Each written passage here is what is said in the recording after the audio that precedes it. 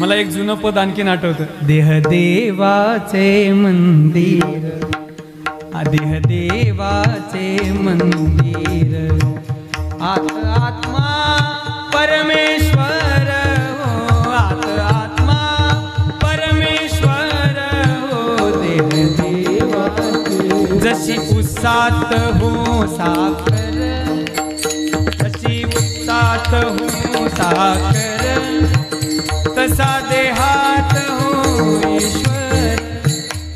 जशी दुधामध्ये लोणी,